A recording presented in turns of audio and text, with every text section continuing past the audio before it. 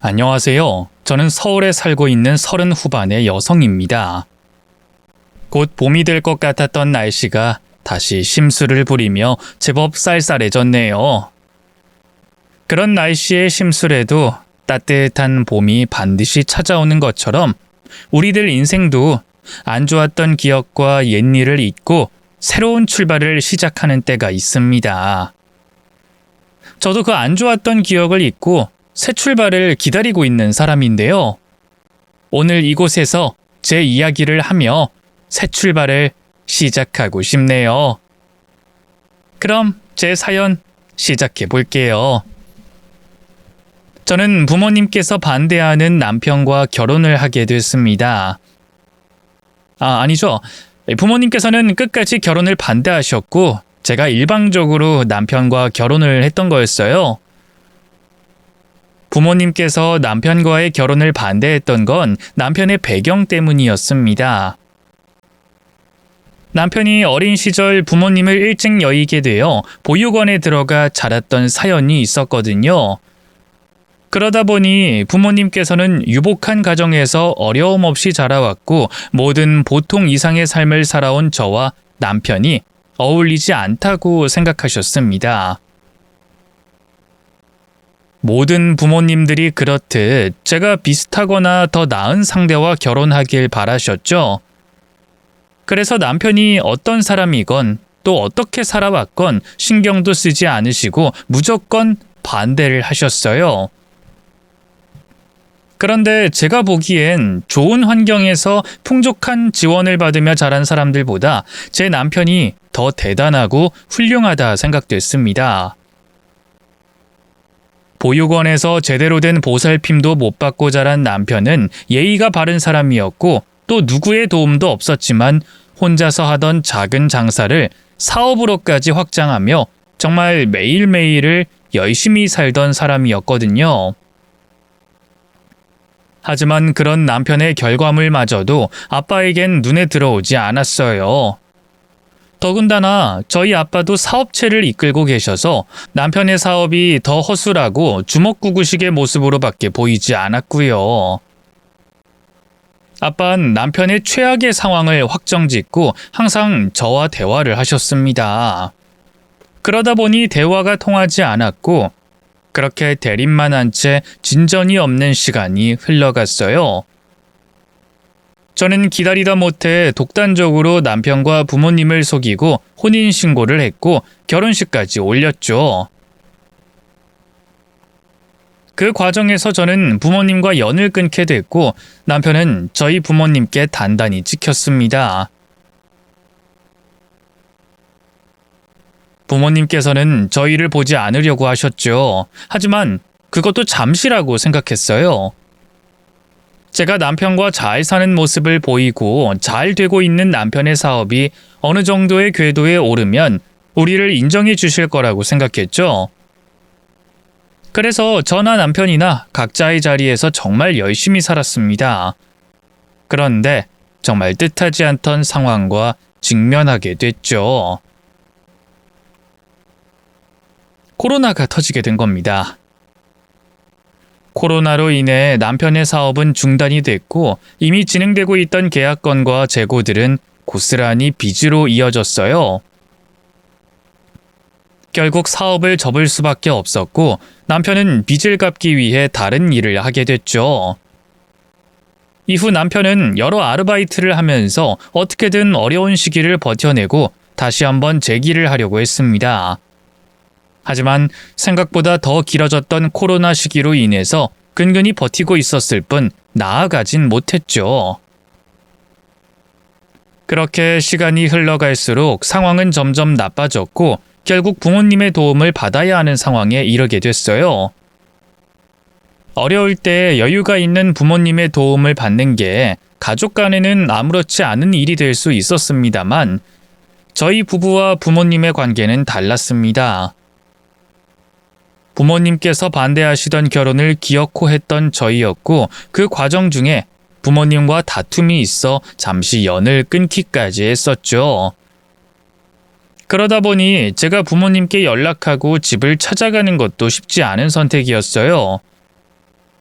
하지만 쌓인 빚과 남편의 앞날을 위해선 염치불구하고 부모님의 도움을 받아야 하는 상황이었죠. 그래서 어렵게 부모님 앞에 서게 됐어요. 그렇게 자신 있어 하더니 결국 증명하고 보여준다는 게 이거냐? 내 앞에서 그 말 꺼낸 게 얼마나 됐다고 찾아와서 도움을 달라고 부탁해? 뭐든 네 맘대로 하고 너 하고 싶은 대로 한 뒤에 문제 생기면 나한테 해결해달라고 하면 끝이야? 그 자신 있던 그날에 넌 어디 간 거야? 내 도움 필요 없다면서? 아빠 죄송해요. 근데 저도 정말 어렵게 여기까지 찾아온 거예요. 정말 어떻게든 버티고 극복해보려고 했는데 계속 악재가 터지고 상황이 이렇게 돼서. 입이 삐뚤어져도 말은 똑바로 하라고. 악재는 네가 아니라 그놈한테 터진 거지. 그러게 내가 그놈 하는 일이 잘 안 될 거라고 했어 안 했어? 그리고 그놈은 도대체 뭘 하길래 너만 내 앞에 온 거야? 지금 네가 무릎 꿇고 있어야 하는 상황이냐? 그놈이 내 앞에서 석고대죄해야 하는 상황 아니야? 그 사람 제가 여기 찾아온 거 몰라요. 그 이에게 말 안 하고 저 혼자 찾아온 거라고요. 그리고 아시잖아요. 그 사람은 제가 아빠 엄마랑 관계 끊는 걸 원치 않았다는 거. 그 사람 진짜 열심히 살았어요. 아빠한테 인정받겠다고 밤낮 없이 사업에 매달렸다고요. 그래서 좋은 결과도 맺고 있었는데 하필 그때 코로나가 터져서. 말이야 누군들 그럴듯하게 못해. 됐고 그만 나가라. 네 발로 나간 집 네 마음대로 들어올 수 있었을 거라고 생각했다면 오산이야. 사람이 자기 한 말에 책임을 질 줄 알아야지. 안 그래? 네가 내게 말했던 것처럼 내 앞에서 인정받을 수 있을 때 다시 와라. 이렇게 네 뜻대로 다 될 거라고 생각해서 도움 달라고 찾아오지 말고. 아빠는 그 자리에서 절 차갑게 쫓아내셨습니다. 저는 집을 나서면서 눈앞이 깜깜해졌죠. 그런데 이 자식을 향한 부모의 마음은 어쩔 수가 없었나 봅니다. 친정을 갔다 오고 얼마 되지 않아 아빠에게 직접 전화가 왔어요. 도움을 주겠다면서 말이죠. 생각 같아서는 도움은 무슨 쳐다보지도 말자였는데 자식 일이라고 하니 마음이 그렇게 되지 않더라. 근데 정말 이번 딱 한 번만 도와주는 거다. 너희들도 너희 마음대로 행동한 다음에 나한테 해결해달라고 기대면 그땐 정말 아무것도 없어. 이번에 도움 준 것까지 받아낼 거라고. 알겠어? 우선 너희들 빚이 가장 시급한 것 같으니 그 빚부터 해결해주마. 그리고 이서방 자네. 아직도 아르바이트하고 있다면서? 지금까진 당장 빚을 해결해야 해서 어쩔 수 없었다고 하지만 이젠 제대로 된 직업 가지고 일해야지. 나중에 사업한다고 하더라도 어디서 일을 배우고 준비를 한 다음에 해야 되겠고. 그래서 말인데 내가 회사에 자리 만들어 놨으니 거기서 일 배워보게. 대신 자네가 내 사위라는 걸 드러내서는 안 돼. 가장 밑에서부터 차근차근 배워야 할 거고. 그리고 혹시 자네 평가가 좋지 않다면 그땐 두말하지 않고 자네가 스스로 나가야 할 걸세. 아니, 내가 자네 자를 거야. 알겠나? 네, 아버님. 알겠습니다. 그리고 신경 써주셔서 감사합니다. 앞으로 하루하루 나아지는 사위가 되겠습니다. 정말 감사합니다. 아빠는 빚을 갚아주는 걸로 끝내지 않고 남편을 아빠 회사에 취직시켜줬어요. 대신 남편이 아빠와 관련이 있다는 걸 드러내선 안 되며 가장 밑에서부터 회사 일을 배워야 했죠. 이후 남편은 아빠 회사에 다니게 됐습니다. 처음엔 회사를 다니는 것도 처음이고 학력도 좋지 않아 직원들과 어울리는 것도 회사 일에 적응하는 것도 많이 힘들어하던 남편이었지만 아빠가 만들어준 기회를 감사하게 여기며 어떻게든 아빠에게 인정받기 위해 정말 열심히 회사 업무를 파고들었어요. 그런 노력 덕분인지 남편이 회사에 들어가고 몇 달이 지나자 사내에서 좋은 평가를 받기 시작했죠. 그러면서 아빠도 겉으론 내색하진 않았지만 남편에게 조금씩 믿음을 가져갔습니다. 우리 가족들 모두 좋은 방향으로 분위기가 흘러가고 있었죠. 그러다 어느 순간부터 남편이 회사 일에 너무 집중하더라고요. 아빠에게 인정받기 시작하니 더 열심히 해야 한다고 생각했는지 야근도 밥 먹듯이 하고 주말에도 회사를 나갔습니다. 아빠 때문에 열심히 해야 된다는 건 알았지만 그래도 너무 무리하는 건 아닌가 싶을 정도로 열심히 하는 남편을 보면서 걱정이 됐죠. 그런 걱정이 깊어질수록 괜히 아빠에게 불평불만을 하게 됐어요. 대신 대놓고 남편 이야기를 할 수는 없었으니 둘러서 얘기를 했죠. 우리나라 근무시간 문제야, 문제. 법정 근로시간이 있으면 뭐해. 지켜지지 않는데. 아빠 회사도 맨날 야근시키고 주말에도 회사 나오라고 그래? 아빠는 옛날부터 근무시간 줄이자고 하던 사람이다. 너도 회사 나가보면 알겠지만 직급이 어떻든 진짜 집중해서 일하는 시간은 얼마 안 되고 대부분 책상에 앉아서 허송세월 보내고 있으니까. 뭐 하기야. 아빠가 야근이 있는지 없는지 어떻게 알겠어. 보고서에 그렇게 나와 있으면 그런 줄만 알지. 밑에서 닥달하고 있는 중간 관리자는 언제나 있는 법인데. 아빠는 아니다. 그래서 아빠가 퇴근 시간에 직접 사무실 돌면서 아예 전력 차단시킨다. 내가 밖에 있을 때나 다른 일 때문에 못하는 상황엔 다른 사람 시켜서 보고받고. 너 아빠 회사 와본 적도 없냐? 예전엔 몰라도 지금은 네 남편 회사기도 한데 관심 좀 가져라. 아빠가 하는 얘기를 들어보면 야근을 할 수 있는 환경도 분위기도 아니었습니다. 그럼 남편이 제게 야근과 잔업을 한다며 집을 들어오지 않는 건 뭔가 싶었어요. 남편이 왜 제게 그런 거짓말을 했을까 궁금했습니다. 또 그렇다고 막무가내로 남편에게 왜 거짓말을 했냐고 물어볼 수도 없었죠. 정말로 야근을 했을지도 몰랐으니까요. 그래서 저 혼자 남편이 제게 거짓말한 이유에 대해서 생각하던 중에 아주 우연히 의심이 싹틀 수밖에 없는 장면을 목격하게 됐습니다. 야근 때문에 늦게 들어올 거라고 하던 남편을 번화가에서 목격하게 됐거든요. 그것도 여자와 함께 있는 남편을 보게 된 겁니다. 저는 그때 회사 회식 때문에 번화가에 있는 술집에 있었던 상황이었어요. 빨리 집으로 가고 싶었지만 너무 일찍 자리를 뜰 수는 없어 눈치를 보던 중이었는데 그때 남편이 여자와 함께 걸어가고 있는 걸 보게 된 겁니다. 처음엔 제가 잘못 본 줄 알았어요. 뭐 직장인들이야 겉모습이 다 비슷비슷하니까요. 그래서 혹시나 싶어서 남편에게 전화를 걸었는데 때마침 남편으로 보이던 사람이 전화를 받는 겁니다. 여보, 당신 지금 어디야? 나 당연히 야근 중이지. 근데 왜? 혹시 밥은 먹었나 싶어서. 근데 회사가 좀 시끄럽네? 회사 사무실 맞아? 지금 밥 사 먹으려고 잠깐 나왔거든. 근처 식당을 문을 다 닫아서 좀 멀리 나왔어. 그래, 그렇구나. 그럼 오늘 언제 끝나? 나 회식 중이라 당신 야근 끝날 때쯤에 나와서 같이 집에 들어갈까 하는데. 뭐하러 그래? 나 신경 쓰지 말고 회식 마치면 바로 집에 들어가. 내일도 출근해야 하는데 일찍 들어가서 쉬어야지. 알았어. 그럼 수고해. 제가 통화를 끊자 거리에 있던 남자도 휴대폰을 내렸습니다. 그제야 제가 보고 있는 사람이 제 남편이라는 걸 확신할 수 있었죠. 저는 남편이 왜 거짓말을 하는지 묻기 위해 급히 술집에서 거리로 뛰어나갔습니다. 그런데 2층 술집에서 내려가 남편이 있던 곳까지 도착하는 동안 시간이 너무 걸렸는지 이미 남편은 사라진 뒤였어요. 우선은 남편과 여자가 향하던 방향으로 뛰어가 주변을 둘러봤지만 그 어디에서도 남편의 모습을 찾을 수가 없었죠.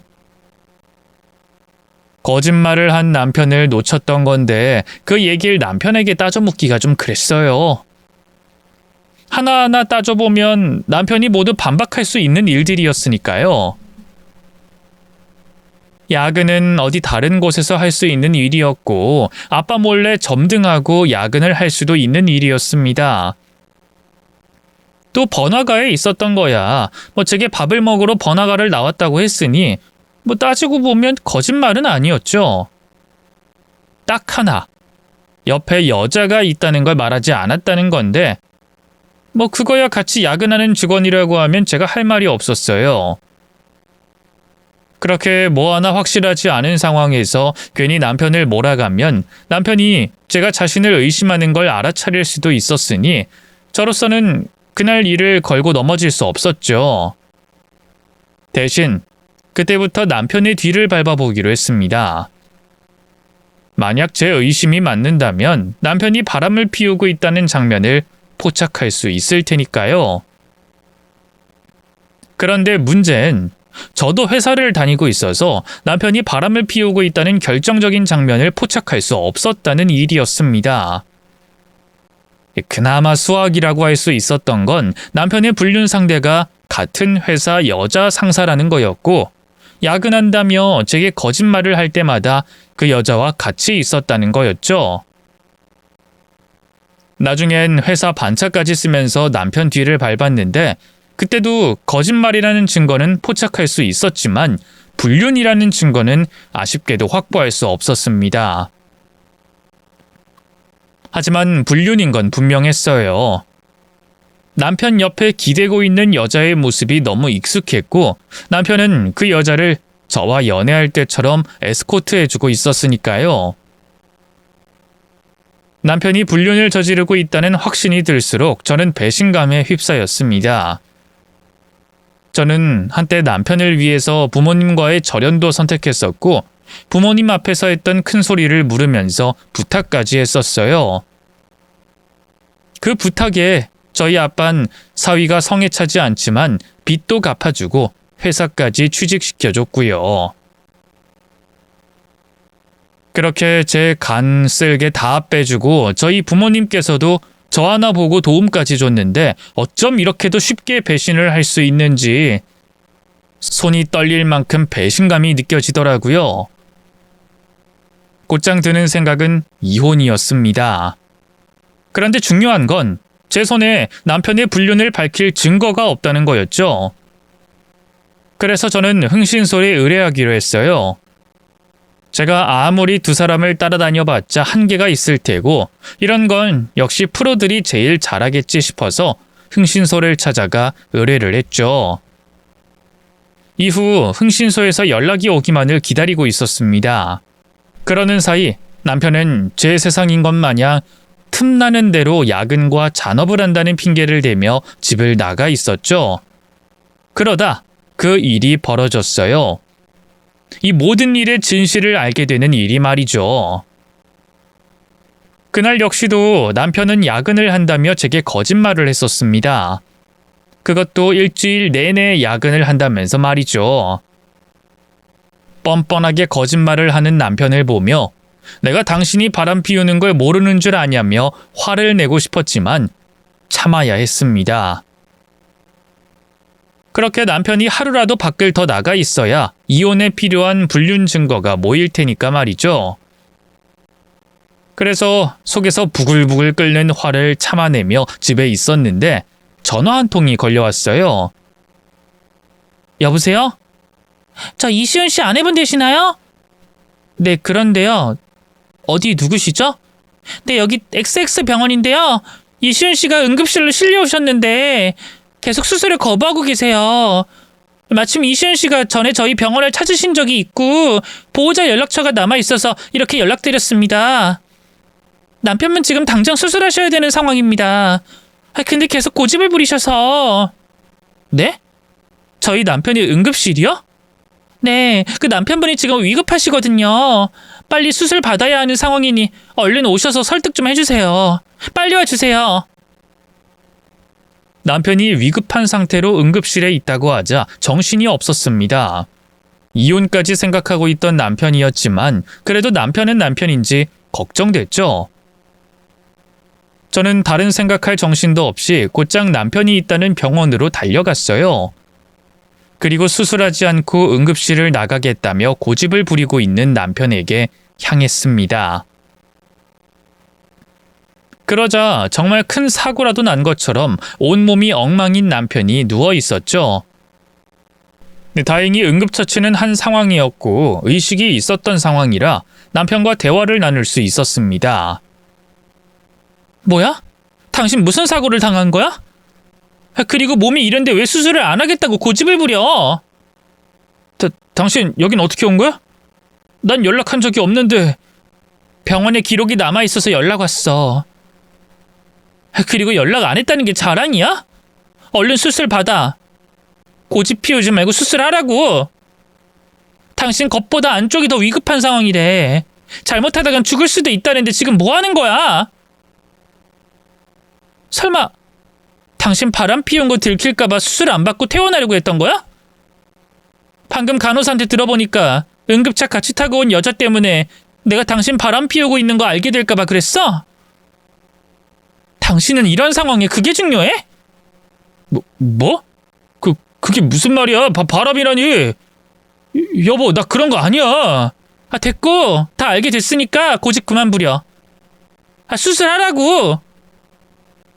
남편은 제 입에서 바람이라는 말이 나오자 황당하다는 표정을 짓고 있었습니다. 그런 남편을 붙잡고 더 따지고 싶었지만 우선 사람 목숨이 먼저였죠. 저는 남편에게 고집을 그만 피우라고 했고 고통스러워하던 남편은 결국 고집을 꺾고 수술실로 들어가게 됐죠. 그렇게 수술실로 들어간 남편은 무사히 수술을 마칠 수 있었습니다. 수술만 마치면 생명엔 지장이 없던 상황이라 남편은 이제 안정을 취하며 회복만 하면 됐죠. 하지만 저는 남편이 회복할 때까지 기다릴 수가 없었습니다. 바람난 남편 때문에 제가 미칠 지경인데 그 인간이 회복을 다할 때까지 어떻게 기다릴 수 있겠어요? 그래서 수술 후 병실에서 꼼짝도 못하는 남편이 안정을 취하든 말든 상관하지 않고 바람난 일에 대해 묻게 됐죠. 수술 전에 하던 얘긴 마저 끝내야 하지 않겠어? 내가 모르면 몰라도 바람났다는 걸 다 아는 상황에서 바람난 남편 병소발까지 들 순 없잖아. 어차피 당신은 여기서 꼼짝도 못해. 그럼 내가 당신 바람 피운 증거를 찾는 건 시간 문제야. 그러니까 괜히 서로 피곤하게 하지 말고 인정할 거 인정하고 여기서 끝내자. 나 몰래 바람 피운 거 인정하는 거지? 뭐? 당신 정말 왜 그래? 응급실에서 그 얘기하더니 또 그 얘기야?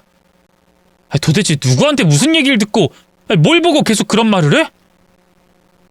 내가 바람을 피우면 누구랑 피웠다고? 나 바람 피운 적 없어. 하늘에 맹세코 당신 외에 다른 여자 만난 적 없다고.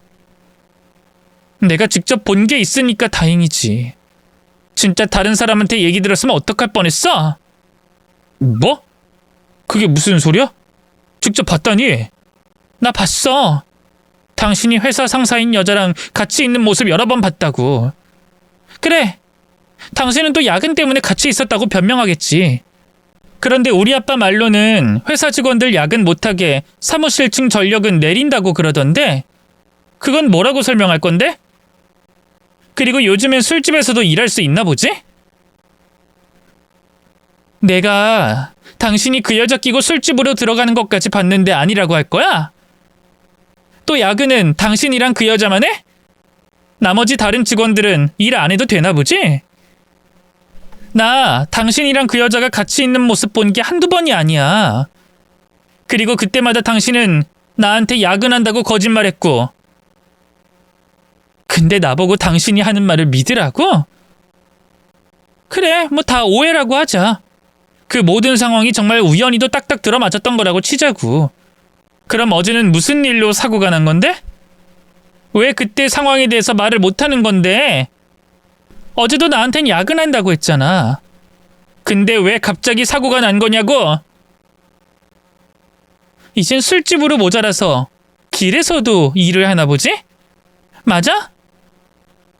길에서 야근했던 게 맞냐고?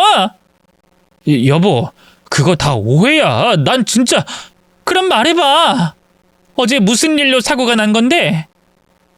당신 사고 났을 때 같이 있었다는 여잔 누군데? 그게... 왜? 둘러댈 거짓말이 생각나지 않나 보지? 그럼 이제 인정해. 나 몰래 그 여자랑 바람 피웠다고 인정하라고! 당신 어떻게 나한테 이럴 수가 있어? 내가 당신을 얼마나 믿었는데. 나 당신 하나 믿고 우리 부모님이랑 척까지 졌어. 거기다 당신 막다른 길에 몰렸을 땐 내가 아빠 찾아가서 부탁까지 했다고. 아무리 부모와 자식 간의 일이라고 하지만 그게 쉬운 일인 것 같아?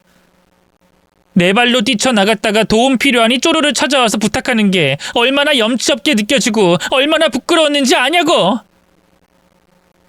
거기다 우리 아빤? 우리 아빠가 당신 빚도 갚아줬고 회사에 취직까지 시켜줬어. 그럼 은혜는 못 갚아도 사람 배신은 하지 말아야지. 어떻게 나한테 이럴 수가 있어? 그것도 아빠 회사에서 회사 직원이랑. 도대체 뭐가 부족했니? 당신만 바라보는 내가 지겨웠어? 나야 당신만 바라보고 우리 아빠도 이제 슬 당신 믿는 눈치니까 당신 마음대로 하면 된다고 생각한 거야? 그래서 딴 여자 만나고 있었냐? 여보, 그게 아니라니까.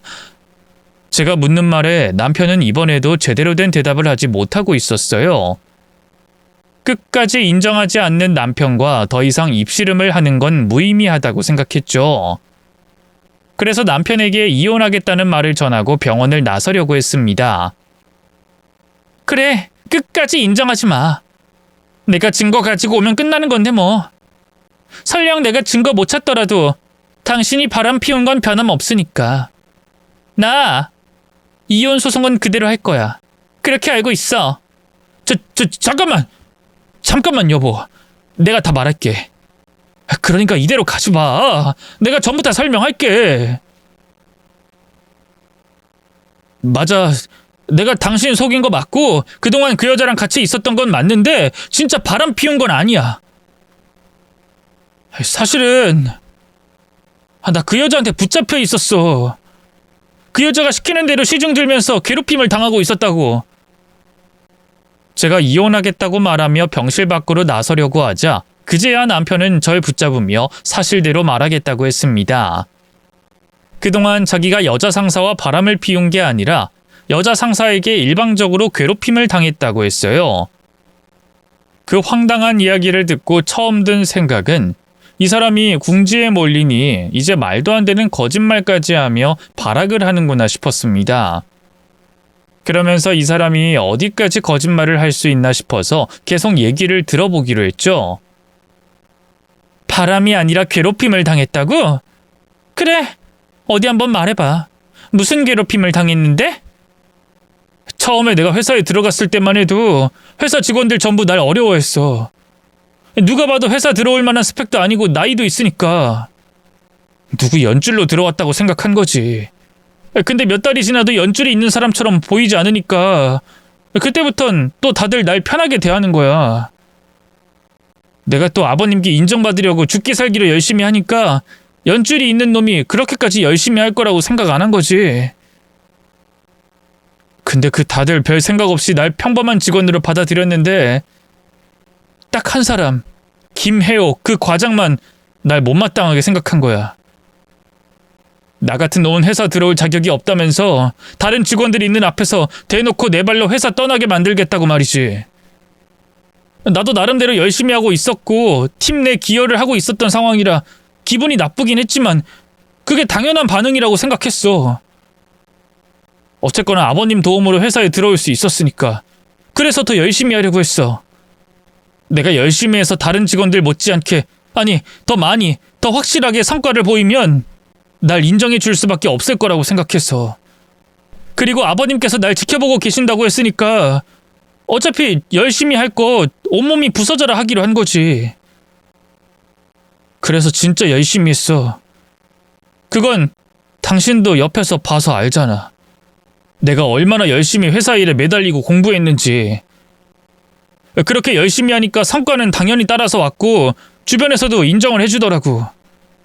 근데 내가 회사 업무에 성과를 내면 낼수록 또 다른 직원들에게 인정을 받을수록 김혜옥 그 부장만은 날 더 싫어했어. 처음엔 업무 관련으로만 사람을 괴롭히더니 나중엔 업무 외에 개인적으로 날 괴롭히기 시작한 거야. 괜히 인격 모욕을 하는 건 물론이고 회사 업무 외에 개인적인 심부름까지 시켰어. 그런 모욕적인 괴롭힘을 당하면서 당연히 나도 잘못된 일이라고 생각했고 회사에 알리거나 노동청에 신고해야겠다고 생각했어. 근데 문제가 커질 것 같더라고. 또 겨우 이런 일로 회사를 시끄럽게 하면 아버님께 피해를 끼치는 건 아닌가. 날 나약하다고 생각하시는 건 아닐까 그런 생각이 들었고. 그래서 참아보기로 했는데 그 여자가 날 괴롭히는 횟수도 늘어나고 강도도 점점 늘어가는 거야. 나중에 신고할 수도 없을 정도였어. 인사고과 반영하는 걸로 협박하기도 했고 날 괴롭히는 동안 촬영했던 동영상을 사내 커뮤니티에 올려버린다고 했어. 그때부턴 정말 어쩔 수 없이 그 여자의 괴롭힘을 당해야 했고 내가 당신에게 야근한다면서 거짓말했던 것도 전부 그 여자가 하라는 대로 따르고 있었던 거야. 그 여자 술 상대도 해줘야 했고 스트레스 풀기용 샌드백도 돼야 했어. 술에 취한 그 여자를 집까지 데려다줘야 하는 건 당연하고 그 여자가 해야 하는 업무도 내가 대신해야 됐다고. 그 일들 말고도 정말 수없이 많아. 그동안 그 여자 노예처럼 지냈다고. 병원에 실려온 것도 전부 그 여자 때문이야. 어제 잔뜩 취한 그 여자를 집까지 바래다주고 있는데 갑자기 그 여자가 자기 기분 안 좋다면서 날 때리기 시작하는 거야. 근데 그 여자가 술 취한 상태로 때리기 시작하면 눈에 보이는 게 없이 막 때리거든. 구두로 찍고 주변에 있는 물건들로 날 인정사정 없이 때리고 만약 피하면 사람을 안 놔줘. 그래서 그냥 맞고만 있어야 한다고. 그러다 그 여자가 갑자기 날 계단 밑으로 민 거야. 난 그대로 굴러 떨어지게 된 거고. 난 떨어지면서 정신을 잃었는데 그 여자가 자기도 놀랐는지 119에 신고를 한 거야. 병원 와서는 중간에 내뺀 것 같고. 여보, 내가 하는 말 진짜야. 오늘 아침에도 이렇게 그 여자한테 연락이 왔다니까. 어제 있었던 일 다른 사람한테 말하면 가만두지 않겠다고 날 협박했어. 그리고 여기 안에 그동안 그 여자가 날 어떻게 생각하고 어떻게 대해 있는지 다 나와 있다고. 남편 얘기를 듣다 보니 정말 그런가 싶었습니다. 하지만 아직은 남편 말을 100% 다 믿을 수는 없었어요. 그런데 얘기를 끝낸 남편이 제게 휴대폰을 건네 보여주더라고요. 거기엔 남편이 이제까지 그 직장 상사에게 괴롭힘을 당한 증거가 남아 있었습니다. 물론 그곳에는 남편이 직장 상사에게 괴롭힘을 당하는 장면이 찍힌 사진이나 동영상이 있진 않지만 문자와 메신저에 남아있는 대화만으로도 충분히 두 사람 사이에 어떤 일이 있었는지 알 수 있는 내용들이 남아 있었어요. 결정적으로 어제 남편이 당한 사고에 대해서 입을 다물라고 하는 내용이 확실하게 있었기 때문에 조금 전 남편이 제게 밝혔던 일들이 모두 사실이라는 걸 알게 됐죠. 남편에게 미안했고 또 한편으론 화가 났습니다. 그러면서도 남편이 아무것도 못했던 게 이해가 되더라고요. 저희 아빠에게 인정받고 싶었고 인정받아야만 하는 상황이었으니 남편은 어떤 식으로 이 문제를 조용히 자기 혼자 해결하고 싶었을 겁니다. 그래서 그 문제를 혼자서 해결하려고 버텨오다 저에겐 오해를 받게 됐고 또 사고까지 난 거죠. 말도 못하고 혼자서 괴롭힘을 견디고 있었을 남편을 생각하니 가슴이 아팠어요. 또 그런 줄도 모르고 힘들어하는 남편을 의심해서 미안했습니다. 너무 가슴 아프고 미안해서 눈물이 펑펑 쏟아지더라고요. 남편을 향한 제 마음이 무거워질수록 온몸을 다쳐 꼼짝도 못하는 남편을 볼수록 남편을 괴롭혔다는 그년에게 너무 화가 났습니다. 그래서 그년을 가만둬선 안 되겠다고 생각했어요. 아빠가 난감해지더라도 저희가 다시 아빠 눈밖에 나더라도 남편이 당한 일에 복수를 해야 되겠다고 결심했죠. 저는 남편에게 미안하다는 말을 전하고 그년이 있는 회사로 찾아갈 준비를 했습니다. 난 그런 줄도 모르고 말도 안 되는 생각. 여보, 미안해. 내가 잘못했어.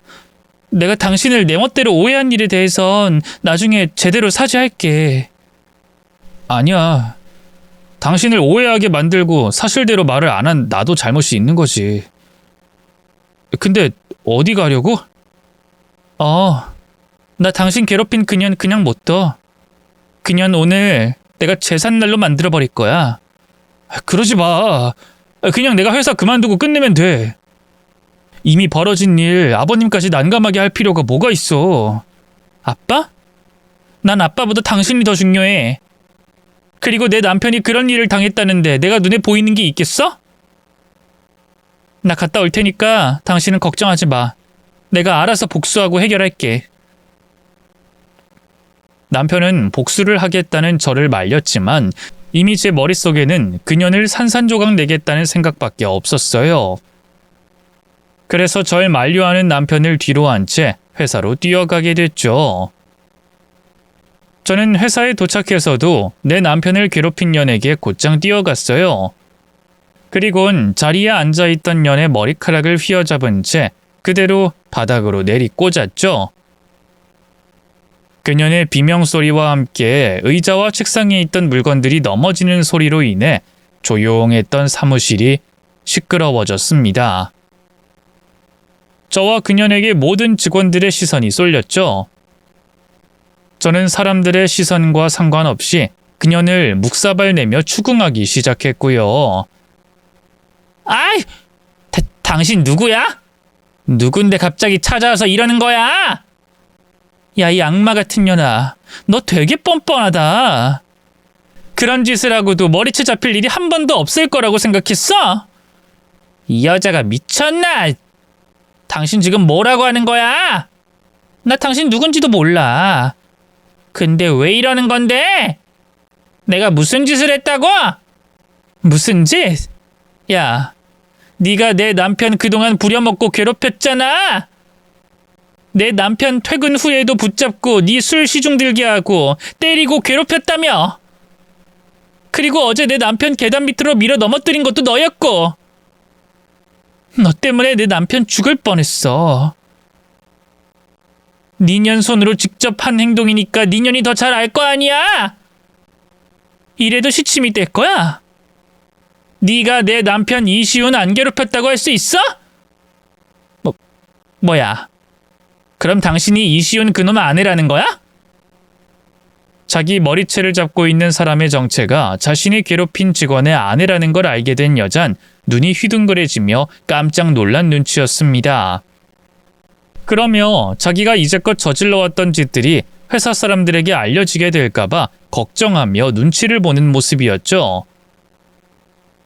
여잔 처음에 저를 회유하려고 했어요. 저를 밖으로 데리고 나가서 조용히 일을 해결하려고 했죠. 저기 이시훈 사원 아내분, 우선은 여기서 이러지 마시고요. 저랑 밖에 나가서 얘기 나누시죠. 여기 회사고 다른 직원들은 이 일과 상관없는데 저희 때문에 피해봐서는 안 되잖아요. 거기다 이시훈 사원 계속 회사 다녀야죠. 부인께서 이러시면 이시훈 사원이 계속 회사 생활하는데 전혀 도움이 안 됩니다. 이게 어디서 수작질이야? 야, 이게 얘기로 해결될 일이야? 이게 조용히 해결될 일이냐고? 너 내가 가만 안 둬. 그동안 내 남편이 당해온 일들 내가 한꺼번에 갚아줄 거야. 오늘 니년 제삿날이라고? 잠깐만. 여기서 이러지 말라고. 하지마. 저는 남편 일에 대한 사과받을 생각도 없었기 때문에 뻔뻔한 그년의 말을 더 들을 이유가 없었습니다. 제 목적은 오로지 하나. 내 남편이 당한 걸 그대로 갚아주는 것뿐이었죠. 그래서 저는 그 여자 머리채를 잡은 채로 위아래 좌우로 흔들며 제게 대항하지 못하게 만들었어요. 또 중간중간 발로 그년의 몸을 밟고 차며 제 남편을 때린 복수를 하고 있었죠. 그러자 주변에 있던 회사 직원들이 저를 말리려고 다가왔습니다. 그 직원들에게 저는 경고를 했죠. 아까 얘기 다 들었죠? 인연이 제 남편을 그동안 괴롭혔어요. 거기다 어젠 인연 때문에 내 남편이 죽을 뻔했고 지금은 병원 신세를 지고 있고요. 그러니까 지금 인연은 자기가 저지른 짓에 대한 대가를 치르고 있는 겁니다. 그러니 도와줄 생각하지 마세요. 만약 그런데도 도와준다면 당신들도 전부 인연이 한 짓에 동조하는 걸로 알겠어요. 당신들도 내 남편 괴롭힌 걸로 알겠다고요? 제 경고에 다른 직원들도 나서기가 난감했는지 어쩔 줄 몰라 했고 저는 그 사이를 틈타 그년을 흠씬 두들겨 팼죠. 그러다 웅성웅성하던 사무실이 순식간에 조용해지기 시작했어요. 회사 사장이신 저희 아빠가 회사에 난리가 났다는 소리에 직접 난리가 난 층까지 내려온 거였죠. 지금 못들하는 짓이야? 회사가 자네들 놀이터야? 어디서 싸움질이야? 자네들은 뭐하고 있어? 직원들끼리 다툼이 있으면 말리고 있어야지. 이걸 지켜보고 있어? 거기 두 사람 그만 안 둬! 그만둬! 효진아. 효진이 너 지금 여기서 뭐 하는 거야? 다툼이 났다는 게 너였어? 네가 여긴 왜? 그리고 우리 직원과 왜 싸움을? 아빠 회사에서 이 난리 일으켜서 미안한데 나 도저히 못 참겠어. 인연이 우리 그이에게 무슨 짓을 해왔는지 알아? 지금 시연 씨가 어디 있는지 아냐고? 지금 그이 병원에 있어. 어제 인연이 아파트 2층보다 높은 계단에서 밀어가지고 죽을 뻔한 걸 수술로 겨우 살려냈다고. 그것뿐인 줄 알아? 인연이 몇 달 내내 그이 괴롭히고 있었어. 근무 시간 이외에 따로 데리고 다니면서 술 시중에 심부름에 폭력까지 쓰면서 내 남편, 아빠 사위 괴롭히고 있었다고. 난 그런 줄도 모르고 그이가 야근한다고 하길래. 하여튼 나 인연 가만 안 둬.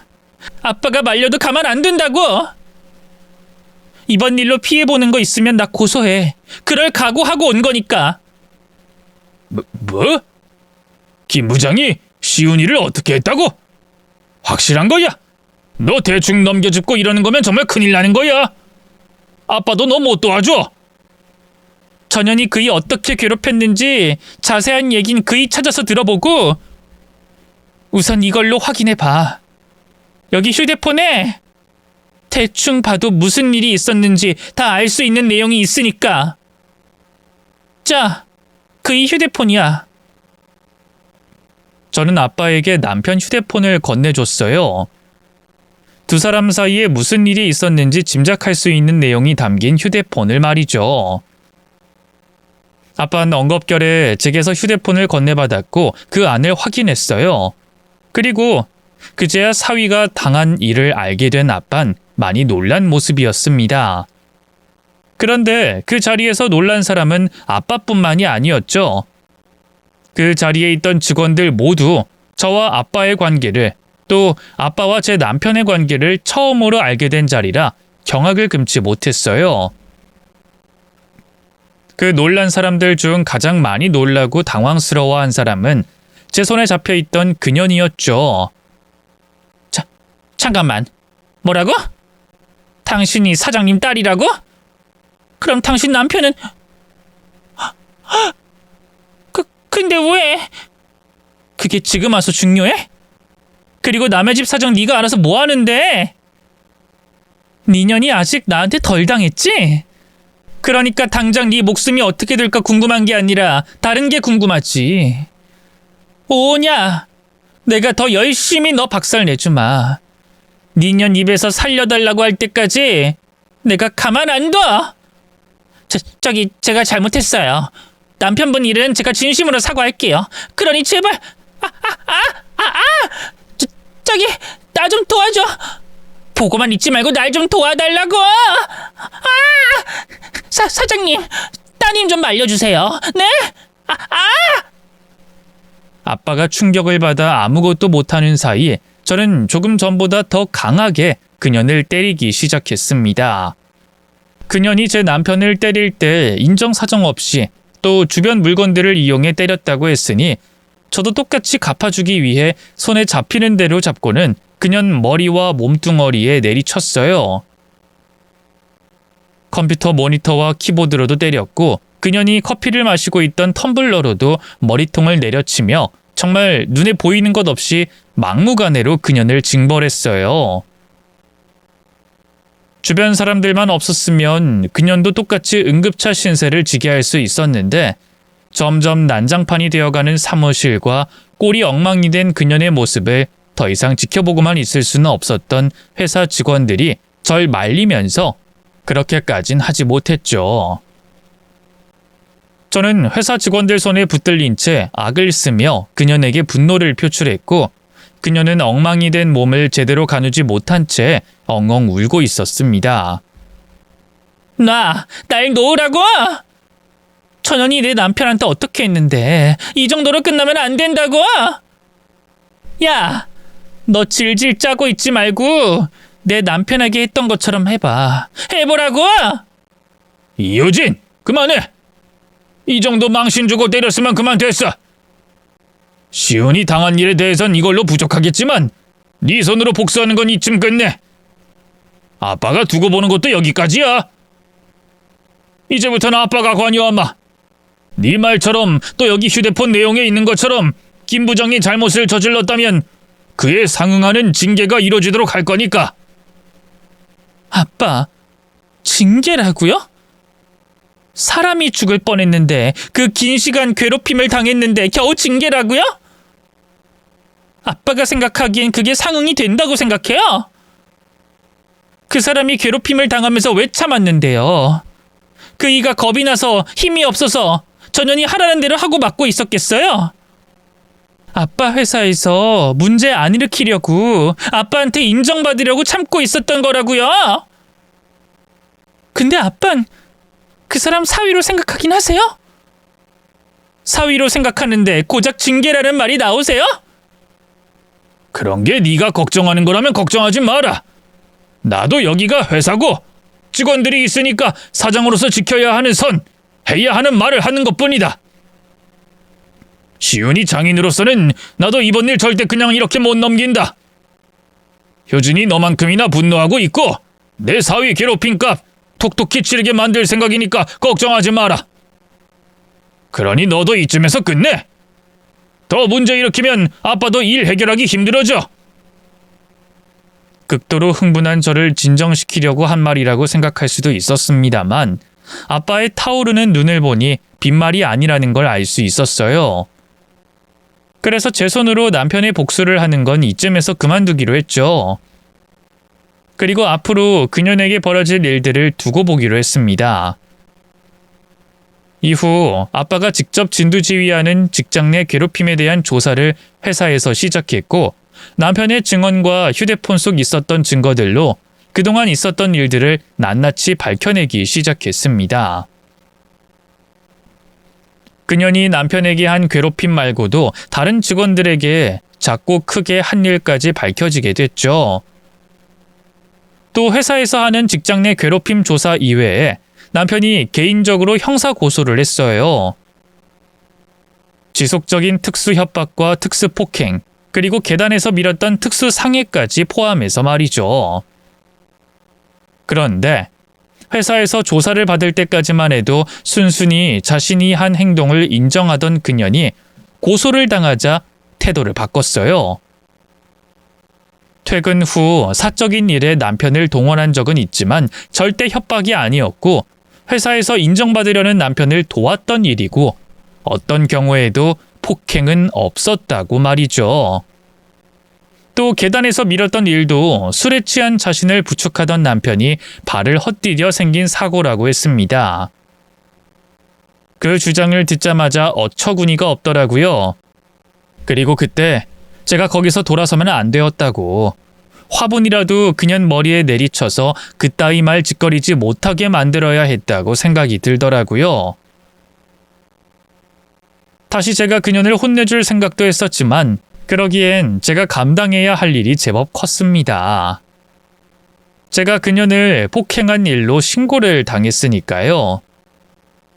물론 아빠가 중간에서 합의를 맞춰 처벌까진 받지 않았습니다만 그 일로 제가 함부로 행동할 수는 없는 상황이었어요.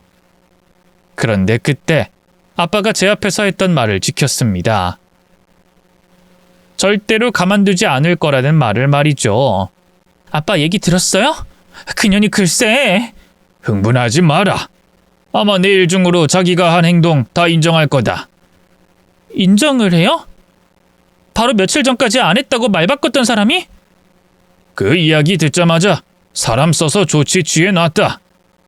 아까 일 시킨 사람과 통화해서 김 부장에게 약속받았다는 것도 확인했고 자기가 한 짓들 다 인정할 거고 죗값 받겠다고 하더라.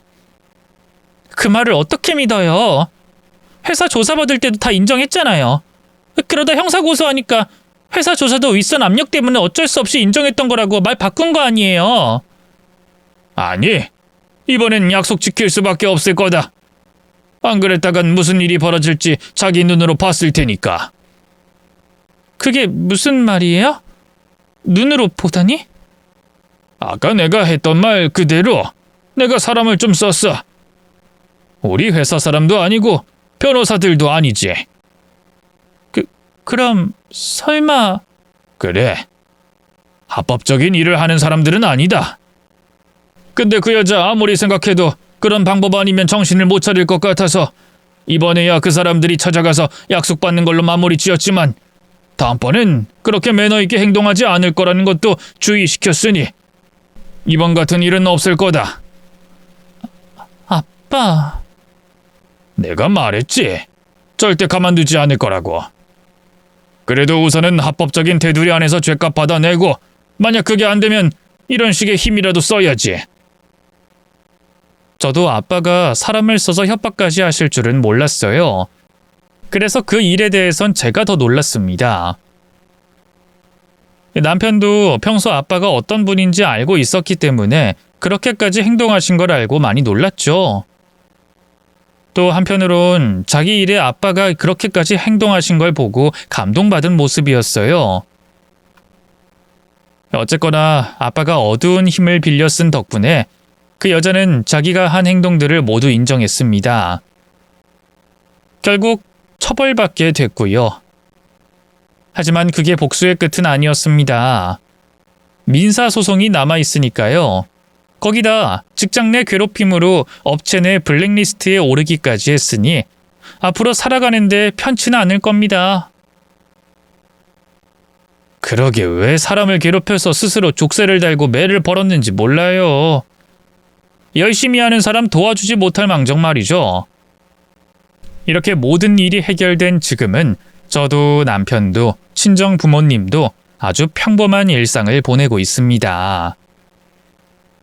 남편은 그날의 사고로 아직 몸이 불편하긴 하지만 그 외에 다른 곳 문제 없이 건강하게 지내고 있고요. 지금은 아빠 회사를 나와 다른 회사에서 열심히 일하고 있습니다. 아무래도 그 사건 이후 회사를 계속 다니는데 문제가 있겠다 싶더라고요. 괜히 아빠도 불편해하실 것 같고 그래서 아빠 회사를 나와 다른 곳에서 평범한 직장인 생활을 하고 있습니다. 저는 최근에 임신하게 되어 출산을 준비하고 있고요. 제가 굳이 이 이야기를 남들 앞에서 하는 건 이제 몇 달 뒤 새로 태어난 가족과 새로운 시작을 앞두고 있기 때문입니다. 일이 잘 해결되었지만 저희에게 떠올려봤자 기분 나쁜 이번 일을 잊고 새롭게 출발하고 싶거든요. 그래서 누군가의 입에서 대신하는 말을 끝으로 2번 다시 우리들 입에서도 나오지 않고 기억에서도 지우려고 합니다. 그게 말처럼 쉽게 될진 모르겠지만 꼭 그렇게 됐으면 좋겠네요. 그럼 저와 제 남편의 이야기를 끝까지 들어주셔서 감사드리고요. 저는 여기서 인사를 드리겠습니다. 모두들 가족분들과 행복한 시간 보내시고 건강하시길 바라겠습니다. 안녕히 계세요.